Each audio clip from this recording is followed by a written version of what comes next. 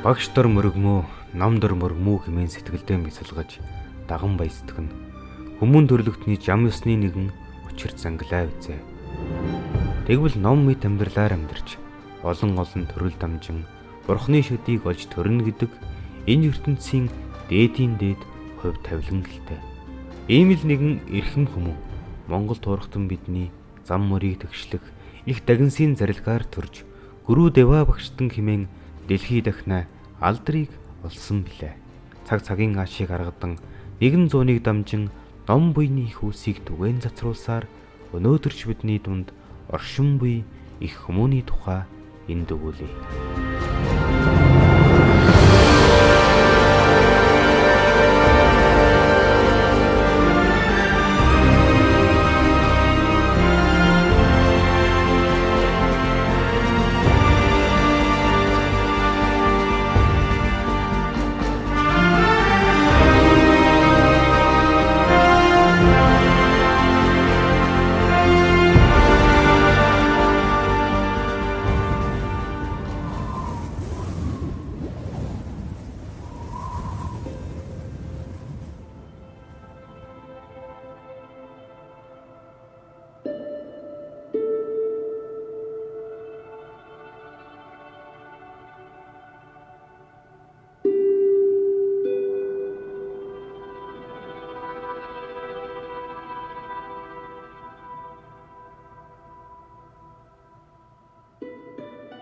Ер нь бол гүрүү гэдэг маань бол одоо их багш.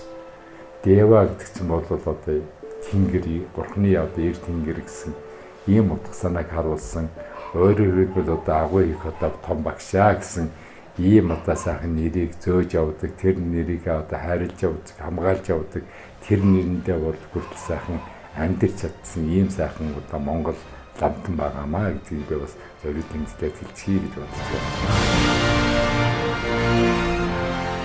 Гүрүү Дэва Эренбүчи 13 настайдаа ном ирдмийн мөрхөөж юм үзэж нүд тайлан ихийнхээ ачийг хариулна хэмээн сэтгэж утгаасаа морцсон тэр цагаас амьдралын олон нухчаанд дайн дажин атаах орсол хувьсгал тэмцэлгээд аливаа бүхнийг даван туулсаар эрдэм номын оргил төрөх зорилготой олон мянган буян номын үйл хийж төвд балбын орноо сүм хийд сургуулдсан номын сан олноор барьж нэр алдран төмөн тугсан их багштан болоод байна.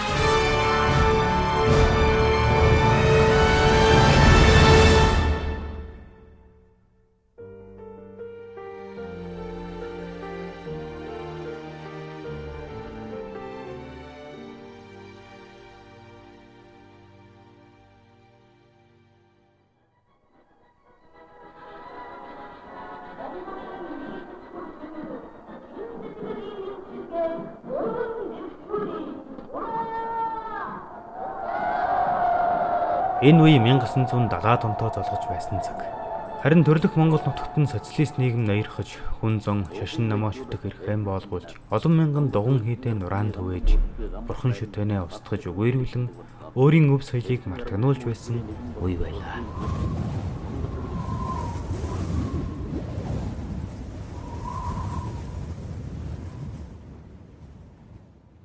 (1955) онд Индонезийн Бандунг хотод Эвсэл дүлэг хөдөлгөөний гэж байгуулагдсан тийм том хурал болсон юм. Тэр хурлын 25 жилийн хойд зориулсан олон улсын хурал 1980 оны 5 сард шин дээлэд болоод эндээс Монгол улс орчууд эвлийн хорооны дарга чөлтөм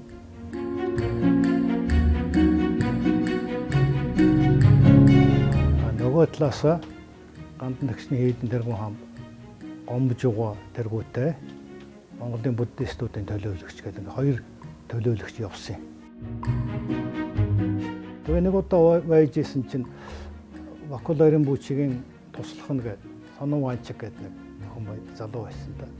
Тэр хурцрээд өнөөдөр ороо та нарыг нэг айл урьсан. Та нар ажлаа зохицуулаарай гэдэг. Тэгээд ороо ямар айл очих юм гэсэн чинь Гүрдава ламдангийн очино биднэрт хэлсэн юм. Хоёр давхар байшин гаднаа хашаатай хашааныхаа доотлолт ийм шавар ийм юутай. Тэрэн дээр Монгол лам гүр даваа гэж бичээд англиар бичсэн тийм баяранд очоод орсон чинь тэгэл гүр даваа харин боч бид нарыг огтж аваад үүдэн дээр огтж аваад оруулаад тэгэл шавнаар нь болтой баахан залуучууд үйлчлээд бид нарт хоол цай хийгээд тэгээд гүр даваагаа ямар хоолоор цайгаа дайсан гэсэн чи бид нарт чинь одоо энэ тэгт одоо ямар л махцах юу л баяа гэж тэл гэж бодож явсан хүн чинь гинт орсон чи харин хоньны мах чадсан бай. Тэгээд туутлантай цай гэдэг нэг цай сүтэй цай тэгсэн мөртөний улаан автор өнгөтэй нэг тийм цайгаа дайлаад ингээд зөндөө ярьж хөөрлөө. Тэгэл биднээс гол нь бол Монгол улсын тухай Монгол улс яаж хөгжиж байна уу? Нутаг орн нь ямар амьдрал нь ямар байна уу? Шашин нь ямар хэмжээнд явж байна уу? Энэ төр гэдгийг л их сонирхож асуугаад байна. Энэ чинь багш тэр олон улсын санскрит судлаа автаа бол ороод тэгээд автаа аквар гэдэг асуудал суулж ирсэн. Өөдөө орсон сайхан яриад л доо. Энэ одоо нутгаас гарсан сэтлээд хамгийн ажил амьдралаа юм л багш тавч яалаа. Цаг гар яриад яранд өнөдөө шимтэд биш. Тэгээ гараад ирсэн чинь нөгөө үлдсэн лам маань ширээн дээр ирсэн манитон уртан дуудуулж байгаа манитонд ингээд чихэн гээд наацсан. Лам дээлийнхэн ингээд шаран гэрээ нөөдс тасаад мөр авчихсан.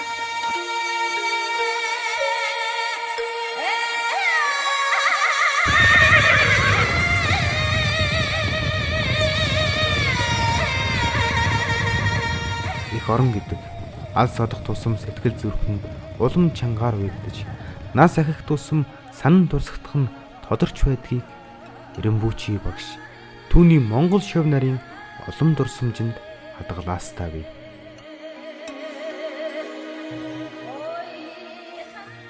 Монголоос энтэгт очисон хинч вэ?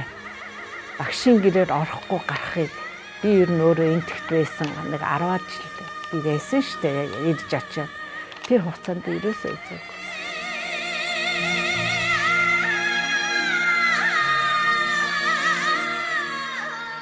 Социализмын үед ч Монгол түмэн өвөг дээдэс өв соёлоо дээдэн хүндэтгэх сүсэг хүчрэлэн бусаад чарлахгүй зүрх сэтгэлд нь үргэлж мөнх оршсоор байсан юм. Энэ бүх нарийн холбоог холбогч хөөрн мөн л Гүрүдава Эренбүүчи багштан байжээ.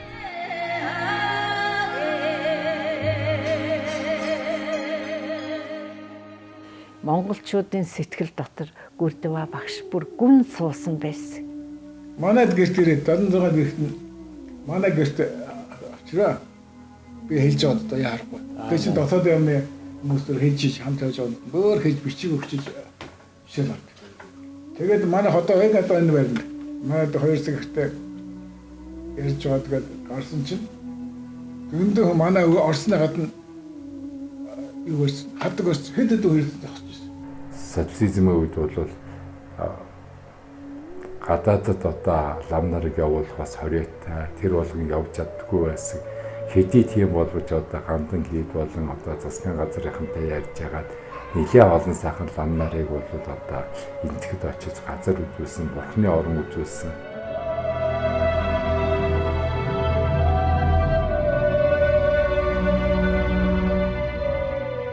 1990 оны цагаан морин жил Монгол оронд ардчилсан өвсгөл гарлаа. Ардчлал, эрх чөлөө, шудраг ёсыг хүссэн 100 мянга гаруй монголчууд Сүхбаатарын талбайд хахир хатуу нийгмийг эсэргүүцэн жагслаа. Тэртех 1935 онд Гүрүдава Эренбүүчигийн багш Даян бандтай хутагт ирээдүйд болох цөвөн цагийн байдлыг шавьтай урдчлан айлдаад цаашид энэтхэг балб төвдийн орноо бүтээх их үйлсийг нь зурж Монгол орноо цагаан мөрөн жил ирэх их хувьсгалын тухай зөгнөн хэлсэн хэн биелэн сая болж тал нутагтаа сэтгэл амар орилго цаг сая ирсний дохио энэ байлаа.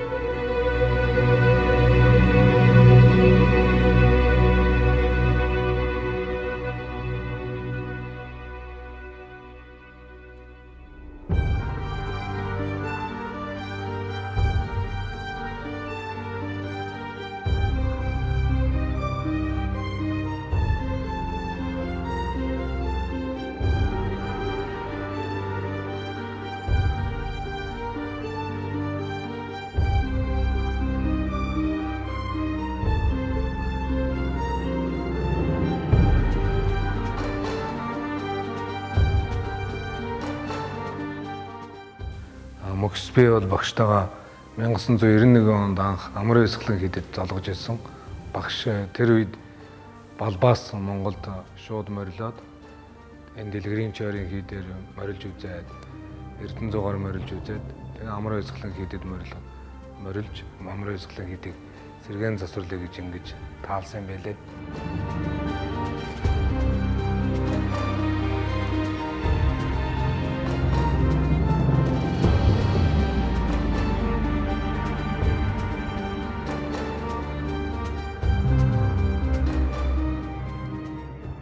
Их бүрэн хан уулын ингэрд түүх хүүрнэн хуужлах мэд сүндэрлэх амар баясгаланд хийд.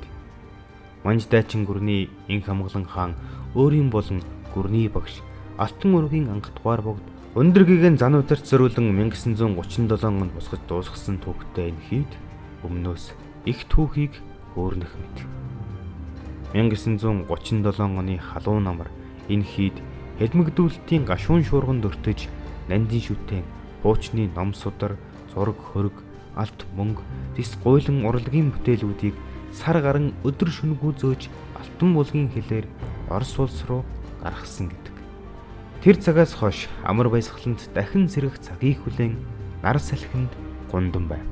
Энэ үед хийдэ сахин суусан өвгөн лам нар зөгнөл ёсоор урд зүгээс нэгэн их цагаан цан хөлгөлөн ирж амар баясгалан авчрах их хүмүүнийг хүлээн байв.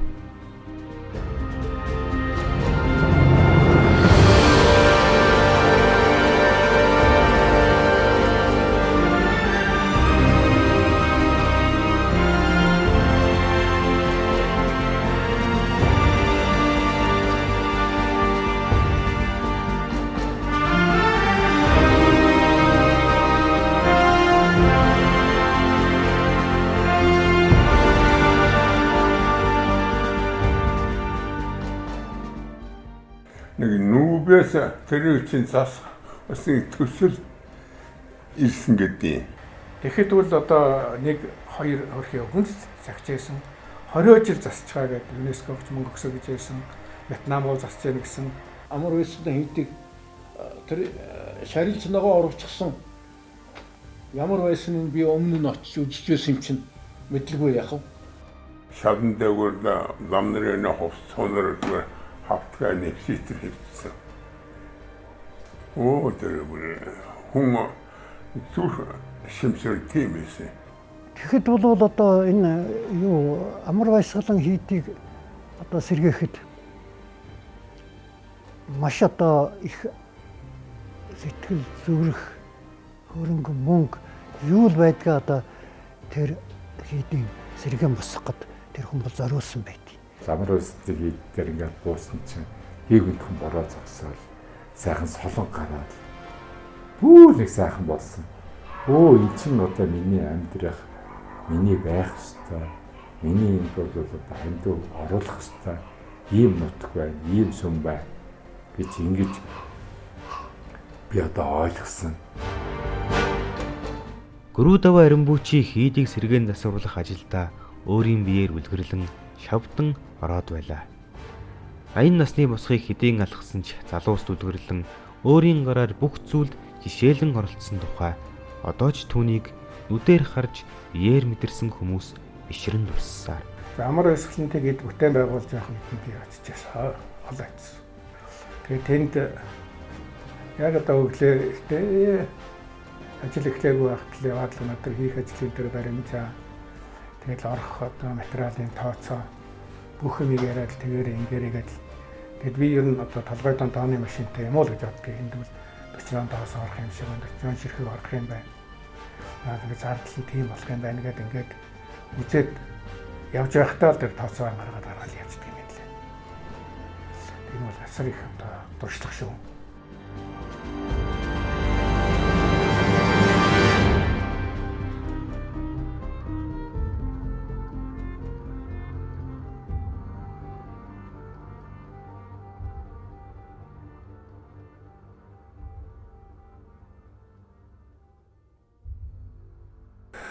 Монголын соёлын өвийг одоо хамгаалах хариуцууд баяжуулах үйлсэд багшууд одоо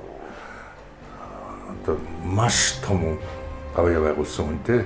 Энэ бол одоо Монголын нэг одоо бүтэн сүйтсэн сүмхийд хамгийн одоо том энэ гайхамшигтай уран хэлстэй сүм бүрэн утгаар одоо сэрхийг одоо би бас үзлээ. Тэгэл одоо дараанда Эренбочи багш тэр хийдийг засаж ястаар дэлхийн ертөнцид таниулсан да.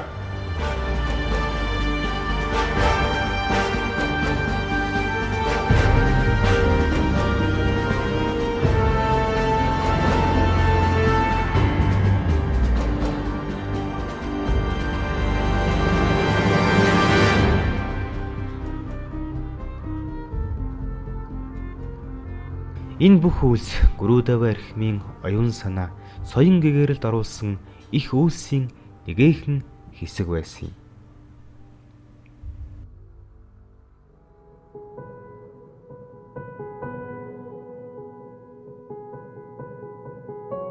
Их Гурудава Римбучигийн амар баясгалант хийдийг сэргээн босгосон их үйлсэд зориулж академич төрийн сойрхол эрдэмтэн цэрэн содом санаачлан Монгол түмэн гэрэлт хөшөө босгосон юм.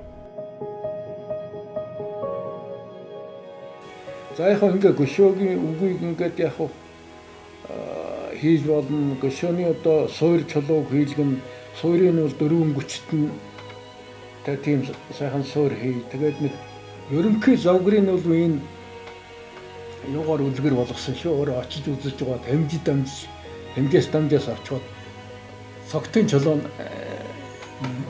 гэнэт төсөө на позитивны хэвлүүлсэн юу байгаа шүү дээ.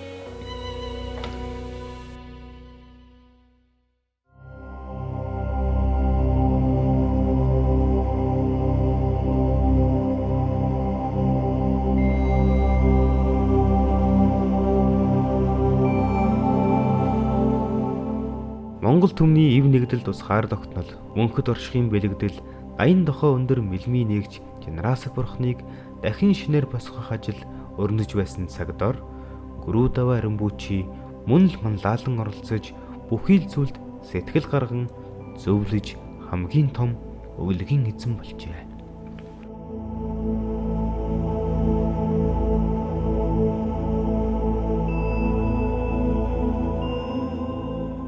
Энэ мэлчиж Жанарасаг гэдэг бол бэлгийн мэлмийг нээн гэсэн одоо юм оолготой шүтээ юм байна. 11 онд ч тэгж бүтээсэн юм байна.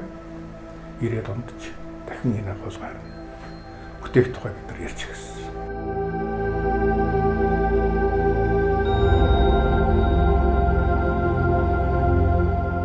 Өндөр Жанарасгийг одоо байгуулахад Монголын ард түмэн бүгдээрээ одоо ирвэгт ирүүхээр оролцсон. Түүнд бол гандын хэд маань бол гандын тэгчлэн хэд маань бас сайн оролцсон.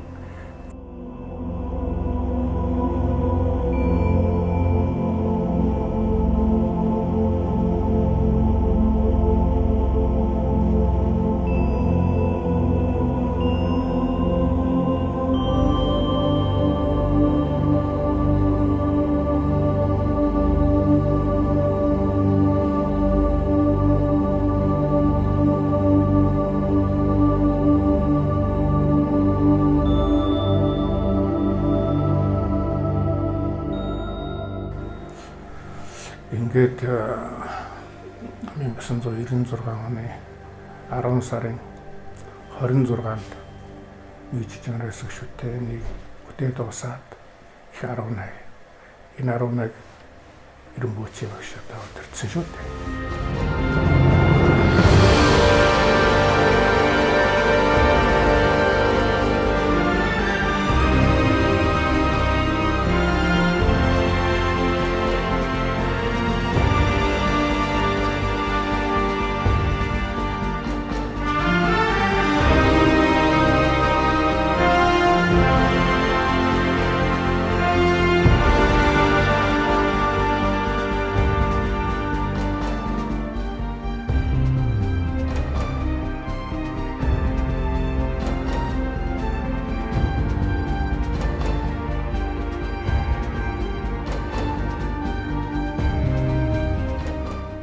Түүнчлэн их бурхан багшийн сөрөг дүрийг зайсан толгойн ард цэцэрлэгжүүлэн босгож төгс баясгалант хийдийг барьж соёл гэгээрэл Бэлэг номын их үлс нь төвөн дэлгэрсэн түүхтэй. Эренбуучийн багш бол ер нь тэгээд их амьтанд их тустай. Бүх юмыг л одоо ерөөсө болгоож бүтээхийн тулд явж идэг. Тэгээ манай энэ хийдийг одоо байлж өгсөн гол эзэн нь бол бүртээ багш юм л та. Гүрүүдэва Эренбуучи багшийн зарилгаар бүтсэн Соёмбот хорон тал нутагта сүндэрлэн байна. Алтан өргийн эцэг өвгүүдийн хон бандин сэхүүсийг залгах, Эрдэмт багш нарын эрхэм шүтэн ном судар бурхан дахлыг дээдлэн залж хүн төрлөختний төлөө хийсэн соёл гэгээр л оюун санааны их үлс нь эндээс төмөн зүг 8 завхас төвөн дэлгэрэх дягууртай билээ.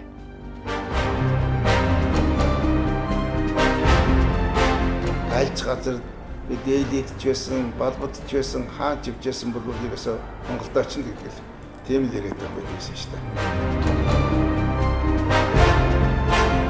Хүний төлөө гэсэн сэтгэл нь бол үнэхээр хязгааргүй байсан.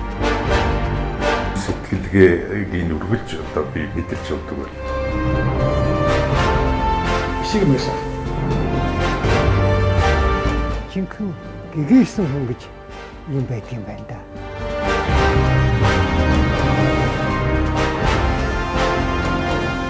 Тийм ээ. Тал нутгийн их салхи Гүрүүдава хэмээх эрхэм газрыг өргөж мөнхийн дуулсаар